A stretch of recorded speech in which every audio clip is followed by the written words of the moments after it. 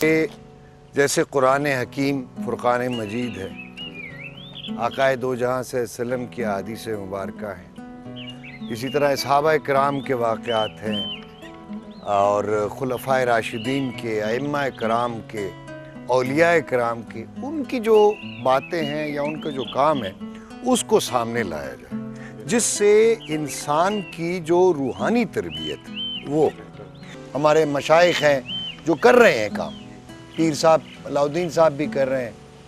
لیکن اس کو ڈرامیٹکس میں اس کو انٹرسٹنگ کیسے بنایا جا سکے تاکہ بچے بھی اس کی طرف اٹریکٹ ہوں، جوان بھی ہوں، خصوصاً ان یورپی ممالک میں، امریکہ میں، جہاں ایک نسل ہماری پیدا ہوئی اور بڑی ہے، وہ بیچاری بالکل نابلد ہے ان چیزوں سے، ان کو پتہ ہی نہیں، بالکل، تو ان کو کیسے اٹریکٹ کیا جا سکتا؟ اصل یہ ہے کیونکہ میڈیا دیکھیں نا، پاورفل میڈیا، بچے ہیں، بچوں سے لے کے، اور ہمارا میں سمجھتا ہوں المیہ اسلامک ورلڈ کا یہ ہے کہ ہم نے اپنے ہیروز کو دفن کر دیا کہیں دور۔ اب ہیروز کی دیکھیں کہ ہماری ہسٹری لکھی کس نے؟ جی، حیرت انگیز بات کہ اگر ہم اسلامک ہسٹری کی بات کرتے ہیں تو we have to consult the English writers, جنہوں نے ہسٹورینز، ایگزیکٹلی، ہے نا، یہ بڑی بالکل، اور جو ہمارے ہسٹورینز ہیں، مثلا ابن بطوطہ ہو گیا، جی، ہاں جی، تاریخ فرشتہ جنہوں نے لکھی ہے، اور بہت سارے ہسٹورینز ہیں، تو انہوں نے بادشاہوں کے قصے لکھے، جی، لیکن اتنی ٹریجڈی والی بات صحیح بات ہے کہ جو بھی ہمارا تاریخ دان ہے اس نے اس وقت کے بادشاہ یا خلیفہ کو خوش کرنے کے لیے اسی کی تاریخ لکھی، بالکل، تو یہ بڑی ٹریجڈی ہے۔ اور اس میں افسوسناک بات یہ ہے کہ جو ہمارے ہیروز ہیں، اب جیسے خالد بن ولید ہے، وہ وہاں سے اگر شروع کریں، طارق بن زیاد ہے، ٹھیک ہے جی، صلاح الدین ایوبی ہیں، اسی طرح ایک بہت سارے لوگوں کو نہیں پتا خیر الدین باربروسا ہے، ہاں جی، بالکل، بائبرس، وہ جیسے آپ بات کر ہاں بھی رہے میں نے تھے، بتایا تھا آپ کو کہ یعنی جب ہلاکو نے تاراج کیا بغداد کو اور خلافت بنو عباس کو، عباسی خلافت کو اس نے جس طرح سے تاراج کیا، اس کا بدلہ ایک غلام نے لیا، اور اس نے یہ قسم کھائی کہ جب تک میں، چونکہ ہلاکو نے کھوپڑیوں کے مینار مسلمانوں کے بنائے تھے، اور وہاں پہ اس نے قسم کھائی تھی کہ جب تک میں ہلاکو کی کھال کی چارپائی نہیں بنا لوں گا میں سوؤں گا نہیں۔ بڑی بات، اب اس کے بارے میں لوگ بہت نہیں کم پتا، جانتے، لوگوں کو بہت نہیں کم پتا۔ نہیں پتا۔ اب خیر الدین باربروسا پہ کتنا کام ہو سکتا ہے؟ پھر ہمارے جو ائمہ کرام ہیں، مثال کے طور پر امام غزالی ہیں،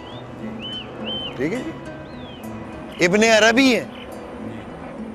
اس میں بہت کام ہو سکتا ہے، سو مچ سو اگر آپ اولیاء کرام کو اٹھا لیں تو ان پہ بہت سارا کام ہو سکتا ہے۔ اب جیسے جلال الدین رومی ہیں، جی، ٹھیک ہے، جن کو علامہ اقبال اپنا پیر مانتے ہیں کہ پیر رومی مرید ہندی، بالکل، ہے نا جی، ہاں جی، تو بالکل، جلال الدین رومی کی پوری زندگی پر آپ ایک ڈرامہ بنا سکتے ہیں، مثلا مثنوی مولانا روم ہے، جی، بالکل، مثنوی مولانا روم کی پتہ نہیں کتنی جلدیں ہیں، جی، اگر اس پہ ہی آپ بنانا شروع کر دیں تو آپ تبلیغ کا یا امت کی اصلاح کا کام کر سکتے ہیں، اور بہت سارے اور اپنے مشاہیر جو ہمارے ہیں، ہمارے اولیاء کرام جو ہیں، جی، جی، ہمارے تاریخ دان ہیں، شیخ سعدی پہ اگر آپ ایون لے جی، لیں، بالکل، حکایت سعدی کو لے لیں، جی، تو یہ سارا کام جو ہے یہ بڑا کرنے والا ہے، اور اس وقت بڑی ضرورت ہے، چونکہ آپ دیکھیں باقی ادیان جو ہیں دین والے، چاہے وہ یہودیت ہے، جوڈائزم ہے، یا کرسچینٹی ہے، یا ہندو مت ہے، آپ انڈیا کی ہر فلم میں ان کے کسی نہ کسی بھگوان کا ذکر سنیں گے، بالکل، اور ہمارے کسی ڈرامے میں، کسی فلم میں آپ اپنے کسی بزرگ کا ذکر نہیں سنیں گے،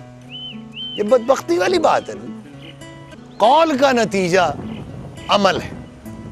یعنی آقا صلی اللہ علیہ وسلم نے جو فرمایا وہ قول ہے، اس قول کو سننے کے بعد ہم جو ایکٹ کرتے ہیں یہ ہمارا عمل ہے۔ مثلا آپ نے مجھے یہ کہا کہ جی یہ اس اسٹریٹ کے سے اس طرف فلاں اسٹریٹ ہے،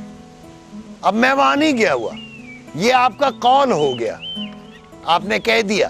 میرا وہاں جانا یہ میرا عمل ہو گیا. وہاں جو کچھ ہے میں نے دیکھا وہ میرا علم ہو گیا، اور جو علم مجھے ملا اس نے مجھ میں اخلاص پیدا کر دیا. یعنی جو علم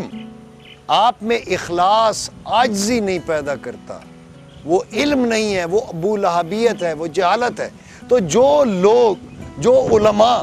اپنے علم پر اتراتے ہیں، تکبر کرتے ہیں، دراصل وہ بھی جہالت ہے. اور جو علم آپ میں عاجزی، خلوص اور محبت پیدا کرتا ہے لوگوں کی، اللہ اور اس کے رسول کی، اصل وہ علم ہے، وہ اخلاص ہے. اور اس سے آگے میں نے تھوڑی سی جرت کی ہے، تھوڑی سی بات وہ کر دی. اب اللہ قبول کرے، اگر وہ صحیح ہے تو اللہ اس کا اجر دے، اگر نہیں ہے تو اس کی اللہ مجھے اور سمجھ عطا کرے. وہ یہ ہے کہ قول کا نتیجہ عمل ہے، عمل کا نتیجہ علم ہے، علم کا نتیجہ اخلاص ہے. اور میں یہ کہتا ہوں، اللہ بہتر جانتا ہے کہ اخلاص کا نتیجہ اللہ ہے. چونکہ اللہ خالص ہے، خالص ہے، اخلاص ہے. تو قول کا نتیجہ عمل ہے، عمل کا نتیجہ علم ہے، علم کا نتیجہ اخلاص ہے، اور اخلاص کا نتیجہ اللہ ہے، چونکہ وہ بھی خالص ہے، اس کا رسول بھی خالص ہے.